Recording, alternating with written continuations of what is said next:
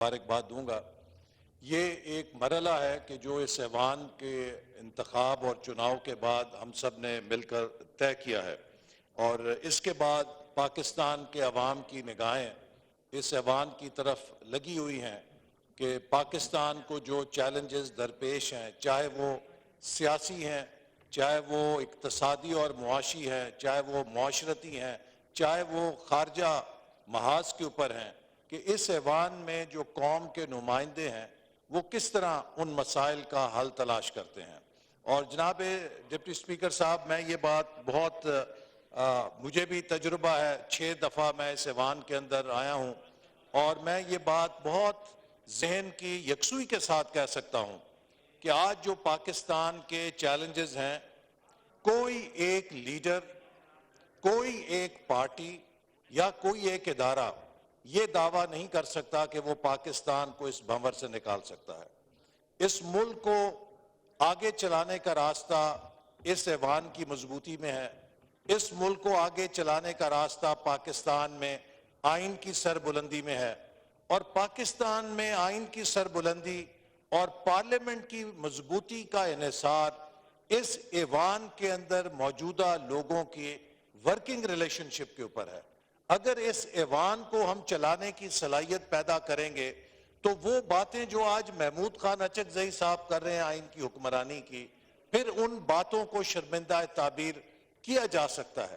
لیکن اگر اس ایوان کے اندر ہم مسلسل محاذ آرائی پولرائزیشن کی سیاست کریں گے تو شاید وہ امیدیں جو قوم نے ہم سے لگائی ہوئی ہیں ہم ان پر بھی پورا نہیں اتر سکیں گے، اور اس ایوان کی اور آئین کی مسلسل بے توقیری کا بھی ذریعہ بنتے جائیں گے۔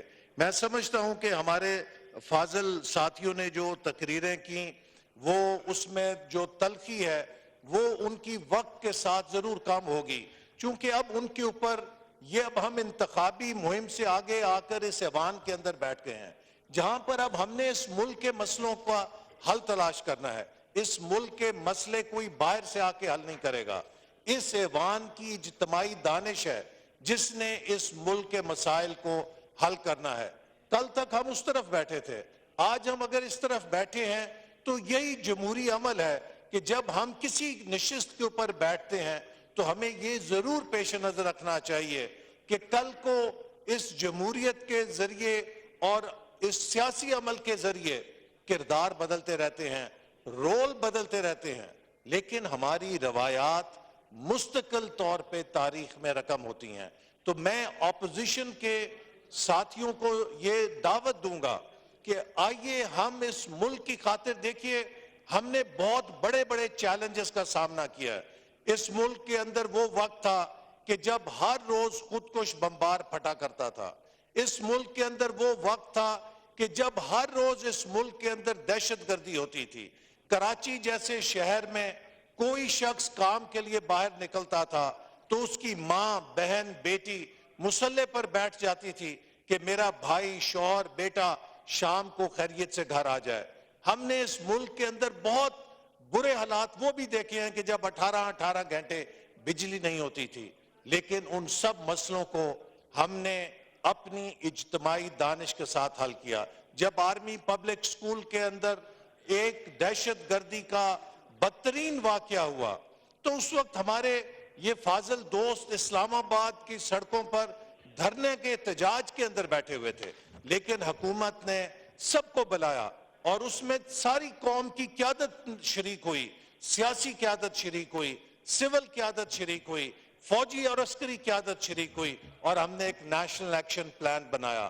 اس نیشنل ایکشن پلان کو صوبائی حکومتوں نے اور وفاقی حکومت نے اپنی سیاسی تقسیم سے قطع نظر ملک کے جذبے کے ساتھ اس کے اوپر عمل کیا، اور اس کا نتیجہ یہ نکلا کہ ملک کے اندر امن آیا۔ خاص طور پہ خیبر پختونخوا کا صوبہ کہ جہاں کے ہمارے بھائیوں کے کندھے شل ہو گئے تھے جنازے اٹھا اٹھا کے، وہاں پر بھی امن آیا۔ بلوچستان میں امن آیا، کراچی میں امن آیا، باقی علاقوں میں امن آیا، اور یہ وہ طاقت ہے جس نے بتایا کہ جب یہ قوم مل کر کسی مقصد کے لیے کام کرتی ہے تو وہ کیا کچھ کر سکتی ہے، وہ دہشت گردی کو بھی شکست دے سکتی ہے۔ اسی طرح مجھے یاد ہے کہ جب ہم نے سی پیک کا منصوبہ شروع کیا تو اس کے اوپر بھی ابتدا میں بڑے اعتراضات آئے، لیکن اس وقت پی ٹی آئی کی حکومت تھی خیبر پختونخوا میں، اور وزیر اعلیٰ پرویز خٹک صاحب تھے۔ سندھ کے اندر پیپلز پارٹی کی حکومت تھی جو اس وقت حزب اختلاف کے اندر جماعت تھی۔ ہم نے اس ایوان کے اندر ایک دوسرے کے خلاف تقریریں کی، لیکن سی پیک جیسے منصوبے کو کامیاب کرنے کے لیے جب بیجنگ میں ہم گئے 6ٹی JCC میٹنگ میں تو پرویز خٹک صاحب بھی اس میں شامل تھے جو پی ٹی آئی کے وزیر اعلیٰ تھے، اس میں پیپلز پارٹی کے وزیر اعلیٰ بھی شامل تھے، اس میں ساری قوم نے مل کر اس منصوبے کو کامیاب کیا۔ یہ طاقت ہے اتحاد کی اور ایک دوسرے کے ساتھ چلنے کی۔ اگر ہم نے ایک دوسرے کو نیچا دکھانے کی سیاست کی تو ہم میں سے شاید کوئی بھی نیچا نہیں ہوگا، لیکن اس ملک کے 24 کروڑ عوام کو ہم نیچا کریں گے، اس ملک کے مستقبل کو ہم نیچا کریں گے۔ جناب اسپیکر، آج سے 24 سال کے بعد اس خطے میں بھارت اور پاکستان دو ملک اپنے آزادی کے 100 سال منا رہے ہوں گے۔ ہمیں آج یہ سوچنا ہے کہ ہمارے نوجوان آج سے 24 سال کے بعد جب تاریخ کا سامنا کریں گے تو جب بھارت کے نوجوان 100 سال کے بعد کہیں گے کہ ہم نے بھارت کو دوسری یا تیسری بڑی معیشت بنا دیا، تو ہمارے نوجوان اس وقت تاریخ کا سامنا کس اعتماد کے ساتھ کریں گے؟ اور اگر ہم نے اگلے 24 سال کے سفر کو محفوظ کرنا ہے تو اگلے 5 سالوں کے اندر ہم نے مل کر اس کی بنیاد رکھنی ہے۔ اور یہ بنیاد میں پھر کہوں گا کہ اگر کسی کے ذہن میں یہ سوچ ہے کہ کوئی ایک لیڈر، کوئی ایک پارٹی یا کوئی ایک ادارہ تنہا کر سکتا ہے تو میرے نزدیک اس کو اپنا علاج کرانا چاہیے، چونکہ یہ ملک اگر آگے چل سکتا ہے تو یہ ایک دوسرے کے ساتھ مل کر چل سکتا ہے۔ یہ ملک اگر کامیاب ہو سکتا ہے تو یہ پاور آف کانفلکٹ کے ذریعے نہیں، یہ پاور آف کولیبریشن کے ذریعے کامیاب ہو سکتا ہے۔ تو ہمیں جہاں پہ ایک دوسرے کے ساتھ کمپیٹ کرنا ہے، ہم اپنی سیاست کے لیے ایک دوسرے سے کمپیٹ کریں، لیکن جہاں اس ملک کا مفاد ہوگا وہاں پر ہمیں ایک دوسرے کے ساتھ کولیبریٹ کرنا ہوگا۔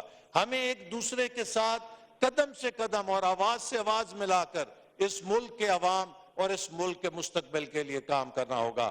دیکھیے، بہت سی باتیں یہاں پر کی گئیں، میں نہیں چاہتا کہ آج کے اس ماحول کو تلخ کیا جائے۔ میں ایک ایک بات کا جواب دے سکتا ہوں، لیکن میں اس بات سے گریز کروں گا، اور میرے بھائی جو آج بات کر رہے ہیں یہ وہ باتیں ہیں کہ جو ہم جب اپوزیشن میں تھے تو انہیں سمجھایا کرتے تھے۔ میں خود نشانہ بنا ہوں اس دور کا کہ جب میرے اوپر اور ہماری پوری پارٹی کی قیادت کے اوپر جھوٹے مقدمے بنائے گئے۔ مجھے بھی تقریباً 2.25 مہینے اس اڈیالہ جیل کے سیل میں رکھا گیا کہ جہاں پہ سزائے موت کے قیدیوں کو رکھا جاتا ہے، اس لیے نہیں کہ میں نے خدا نہ خواستہ کوئی کرپشن کی تھی۔ کیس مجھ پہ یہ بنایا گیا کہ آپ نے نارووال کے اندر ایک کھیلوں کا کمپلیکس بنانے کے لیے فنڈز کیوں جاری کیے؟ کوئی خدا نہ خواستہ جوا خانہ تو نہیں تھا، ایک کھیلوں کا کمپلیکس تھا اور پاکستان کے ایک ضلع کے اندر تھا، لیکن اس ایک کیس میں مجھے جیل میں ڈال کے سزا دینے کی کوشش کی گئی۔ یہاں پر ہمارے اسی ایوان کے اندر خدا کے کلمے پڑھ کر ڈیفینڈ کیا گیا کہ رانا ثناء اللہ صاحب کے خلاف جو مقدمہ بنایا گیا وہ منشیات کا بنا کر ان کو سزائے موت کے دھانے پہ پہنچانے کی کوشش کی گئی۔ اسی طرح اور بے شمار کیسز بنائے، لیکن جناب اسپیکر، ہم نے یا میں نے کبھی یہ کوشش نہیں کی کہ میں بھی چاہتا تو نارووال کے اندر کوئی تلاش کرتا، ریاست کا دفاع کا ادارہ اس پہ چڑھ دوڑتا، اپنے حمایتیوں کو کہتا جا کے اس پہ حملہ کر دو۔ ہم نے ایک ایک کیس کا عدالت میں سامنا کیا۔ ہم نے کبھی اس دور میں پاکستان کی ریاست کی ڈی برانڈنگ نہیں کی۔ ہم نے کبھی اپنے حمایتیوں کو یہ نہیں کہا تھا کہ امریکہ کے کانگریس مین اور سینیٹرز کے پاس جا کے پاکستان کی مدد بند کرانے کے لیے بھیک مانگو۔ ہم نے کبھی کانگریس مین اور سینیٹرز کو خط نہیں لکھے کہ پاکستان کی امداد بند کرو. ہم نے اس وقت کبھی یہ نہیں کہا کہ IMF کا معاہدہ پاکستان سے بند کر دو. ہم نے اپنی جنگ پاکستان کے اندر لڑی, ہم نے اپنی جنگ پاکستان کی عدالتوں میں لڑی اور خود کو ہم نے بے گناہ ثابت کرایا. اور یہ اب سنیں نا, ہم نے آپ کی بات سنی ہے, آپ کی بات بڑے تحمل سے سنی ہے, اپنے اندر حوصلہ پیدا کریں, سچی بات سننے کا حوصلہ پیدا کریں. تو جناب اسپیکر, ہم نے تو کبھی بھی اس وقت پاکستان کی ریاست پہ حملے نہیں کیے. ان کے لیڈر کہتے تھے, ان کے لیڈر سے ہم نے سنا کہ وہ قومیں تباہ ہو جاتی ہیں کہ جن کے بڑوں کے لیے اور قانون ہو اور جن کے چھوٹوں کے لیے اور قانون ہو. تو جناب, اگر آپ کے بقول آپ پر جھوٹے مقدمے ہیں تو عدالتوں میں ان کا دفاع کیجئے. آپ اگر بے گناہ ہیں, عدالتیں آپ کو بے گناہ کر دیں گی, لیکن اپنے مقدموں کے اور اپنے جرائم کے لیے جب آپ دوسروں سے کہتے تھے رسیدیں پیش کریں, آپ کو جب کہا جاتا ہے کہ رسید پیش کریں تو آپ کہتے ہیں کہ نہیں جناب, ہمیں تو معافی ملنی چاہیے, ہم سے رسیدیں نہیں مانگنی چاہیے. تو میں سمجھتا ہوں کہ یہ دوہرا معیار کسی بھی لحاظ سے جسٹیفائی نہیں ہو سکتا کہ آپ اس چیز کو کریں. آپ آج ہمیں یہاں تانے دے رہے ہیں کہ کس طریقے سے آیا. میں سوال یہ کرنا چاہتا ہوں کہ کیا 2008 میں جب یہ الیکشن ہارے تو انہوں نے نہیں کہا کہ دھاندلی ہوئی, بدترین دھاندلی کی گئی 2008 کے الیکشن میں. جب 2013 میں ہارے تو کیا 35 پنچر کا شور نہیں مچایا, بعد میں کہا نہیں جی یہ تو ایسے ہی کسی نے میرے کان کے اندر کہہ دیا تھا. اب پھر آپ الیکشن ہارے تو آپ نے اب 80 پنچر نکال دیے. سوال یہ ہے کہ 2/3 پاکستان نے آپ کے خلاف ووٹ دیا ہے, آپ کو 1/3 ووٹ ملا ہے. پاکستان کے 4 فیڈریٹنگ یونٹس میں سے 3 فیڈریٹنگ یونٹس نے آپ کو مسترد کیا ہے. لہٰذا آپ کا جو مینڈیٹ ہے اس کے مطابق آپ اپنے مینڈیٹ کی خدمت کریں اور اس ملک کے نظام کو, اگر آپ یہاں پہ دھمکیاں دیں گے, آپ یہاں پر یہ کہنا چاہیں گے کہ ہم اس ایوان کو چلنے نہیں دیں گے, تو معاف کیجئے, یہ ایوان آپ کی پراپرٹی نہیں, یہ 24 کروڑ عوام کی پراپرٹی ہے. یہ ایوان ہماری بھی پراپرٹی ہے. اور اگر آپ کا یہ خیال ہے, آپ کو موقع دیتے ہیں اس کے بعد, اگر آپ ایک مثبت اپوزیشن بنیں گے, اگر آپ ایک مثبت اپوزیشن کے طور پہ کردار کریں گے, ہم آپ کو سر کے اوپر بٹھائیں گے, اس لیے کہ اپوزیشن جمہوریت کا حصہ ہے. لیکن اگر آپ اس ایوان میں دھونس دینے کی کوشش کریں گے, اس ایوان کے اندر کاروائیوں میں خلل ڈالنے کی کوشش کریں گے, تو پھر یہ ایوان آپ کا بنی گالا نہیں ہے, یہ ایوان نیشنل اسمبلی آف پاکستان ہے.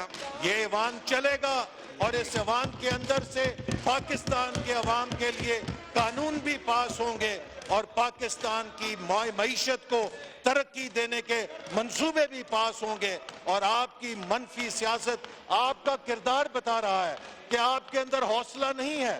ہم نے آپ کی باتیں سنی ہیں لیکن آپ میں حوصلہ نہیں ہے کہ آپ اپنے کارنامے سن سکیں, آپ میں حوصلہ نہیں ہے کہ آپ سچ باتوں کو سن سکیں. اور آج یہ کہتے ہیں کہ جی پاکستان کے عوام پہ ڈاکہ ڈل گیا. آج جناب اسپیکر اور ڈپٹی اسپیکر, آپ کا انتخاب ہوا تو سٹاک مارکیٹ 750 پوائنٹ چڑھ گئی ہے.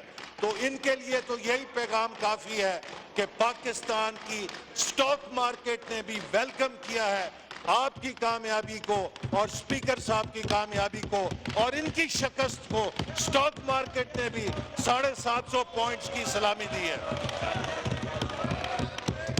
اور ویسے آج یہ گلہ کر رہے ہیں کہ اس ملک میں ایجنسیاں نہیں ہونی چاہیے. تو میں ان سے پوچھنا چاہتا ہوں کہ کس کا لیڈر کہتا تھا کہ میں ایجنسیوں کے ذریعے اپنا کورم پورا کراتا ہوں؟ کس کا لیڈر کہتا تھا میں ایجنسیوں کے ذریعے اپنی حکومت چلاتا ہوں؟ ایجنسیاں تو آپ لیتے تھے, ایجنسیوں کی بیساکھیوں پہ تو آپ چلتے تھے, اور پھر یہ اپنی حماقتوں کو ہمارے اوپر تھوپنا چاہتے ہیں. آپ کو کس نے کہا تھا کہ آپ اس ایوان سے استعفیٰ دے کے چلے جائیں؟ جب عدم اعتماد کی تحریک ہوئی تھی، آپ کو کس نے کہا تھا کہ پنجاب اور خیبر پختونخوا کی حکومتیں خود اپنے ہاتھوں سے توڑ دیں؟ حماقتیں خود کرتے ہیں اور اس کی سزا قوم کو دینا چاہتے ہیں۔ لہٰذا میں ان کو التجا کروں گا کہ اب مزید حماقتیں نہ کریں، مزید حماقتیں نہ کریں، اور اس ملک کے اندر اب اس ملک کو چلانے کے لیے اپنا مثبت کردار ادا کریں۔ لیکن اگر انہوں نے وہی پرانی روش اپنائی تو پھر یہ ملک ان کا ہوسٹیج نہیں ہے۔ ہم سب مل کر اس ملک کو آگے لے کے جائیں گے۔ ہم پاکستان کے مستقبل کو، نوجوانوں کے مستقبل کو، یہ نوجوانوں کی بات کرتے ہیں، یہ بتائیں کہ ہائر ایجوکیشن کمیشن کو کس نے توڑا تھا؟ پاکستان کی یونیورسٹیوں کو کس نے دیوالیہ کر دیا تھا؟ نوجوانوں سے لیپ ٹاپ لے کر کس نے انہیں کٹے اور کٹیوں پہ لگا دیا تھا؟ ہم نے تو نوجوانوں کو لیپ ٹاپ دینے شروع کیے تھے۔ یہ کہتے ہم نوجوانوں کو مرغی اور انڈے دیں گے، کٹے اور کٹیاں دیں گے۔ نوجوانوں کو آپ سے کیا دلچسپی ہے؟ نوجوان ہمارے ساتھ ہیں جن کو ہم نے لیپ ٹاپ دیے، جن کو ہم نے تعلیم کے مواقع دیے، جن کے لیے ہم نے سکلز پروگرام شروع کیے، اور انشاءاللہ تعالی پاکستان کے نوجوانوں کو ہم بہترین کھیلوں کی سہولتیں دیں گے، ہم ان کو آئی ٹی سکلز دیں گے اور 21ویں صدی میں لے کر جائیں گے۔ نوجوانوں کو گالی گلوچ کے کلچر میں نہیں جانے دیں گے۔ تو اس لیے میری آپ سے التجا ہے کہ ہم آپ کے مثبت اپوزیشن کے کردار کی توقع رکھتے ہیں، اور ہم امید کرتے ہیں کہ آپ یہاں پر وہ گالی گلوچ نہیں کریں گے، وہ آپ یہاں پر آ کر باتیں نہیں کریں گے جو آپ باہر کھڑے ہو کر کرتے ہیں۔ یہ سوشل میڈیا کا پلیٹ فارم نہیں ہے، یہ پاکستان کے 24 کروڑ عوام کا نمائندہ ایوان ہے، اور اس کا تقدس ہے اور اس کی ذمہ داری ہے جو جتنی ہمارے اوپر ہے۔ شکریہ احسن اقبال صاحب، شکریہ۔ مائک کھولیں احسن اقبال صاحب کا۔ اس ایوان کو، آئین کو، جمہوریت کو مضبوط کرنے کے لیے ایک مثبت آغاز کریں، ایک پوزیٹیو بگننگ کریں۔ لیکن اگر آپ نے مسلسل منفی رویہ اپنایا تو پھر یہ ایوان آپ کی جاگیر نہیں ہے، یہ ایوان چلے گا اور اس ایوان کو ہم چلا کے دکھائیں گے۔